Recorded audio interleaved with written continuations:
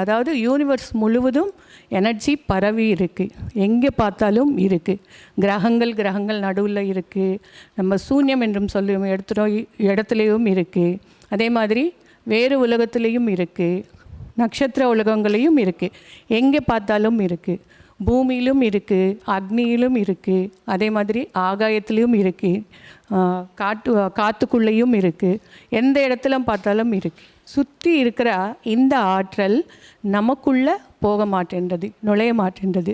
அதுக்கு என்ன காரணம் என்று நம்ம தெரிஞ்சுக்கணும். ஆக்சுவலாக இந்த விஸ்வசக்தி என்றது, இதுதான் விஸ்வசக்தி என்று சொல்லுவோம், காஸ்மிக் எனர்ஜி என்று சொல்வோம், பிராணசக்தி என்று சொல்லுவோம், பிரபஞ்ச சக்தி, என்ன வேணாலும் சொல்லலாம். இந்த எனர்ஜி தான் நாம் இந்த பிரம்மரந்திரத்தை, அதாவது உச்சியில் இருக்கிற அந்த பிரம்மரந்திரத்து மூலமாக எடுத்துக்கணும். ஆனால் அது மூடி இருக்குது. அதுக்கு என்ன காரணம் என்றால், எண்ணங்கள் நிரம்பி இருக்குது, நம்ம மனதுக்கு ரெஸ்ட்டு கொடுக்கறதே இல்லை. அதனால் அந்த எனர்ஜி அந்த பிரம்மரந்திரத்துக்கு கொண்டு தான் போகணும், ஆனால் அதில் போகலாது.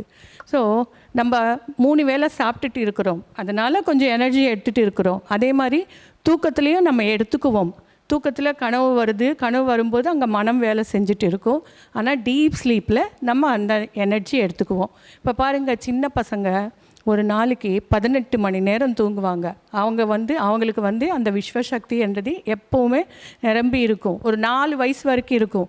அதுக்கப்புறமா நாம் சொல்கிற இந்த பௌதீக விஷயங்கள் பற்றியும் பழக்க வழக்கங்கள் பற்றியும் சொல்கிறதுனால என்ன ஆகிறது, அவங்களுடைய எனர்ஜி கூட, அதாவது அங்கே மனம் ரெடி ஆகிறது, அதனால் அவங்களுடைய எனர்ஜியும் அந்த விஸ்வசக்தி எனர்ஜியும் மூடுறது. அதே மாதிரி நாம் அனைவரும் கூட சின்ன பசங்களாக இருக்கும்போது விஸ்வசக்தி நிறைய எடுத்துகிட்டு தான் இருந்தோம். போக போக அது கட் ஆயிடுச்சு. ஆனால் இப்போ நாம் தியானத்தில் அந்த விஸ்வசக்தி என்றது பிரம்மரந்திரத்து மூலமாக நாம் எடுத்துகிட்டு இருக்கிறோம்.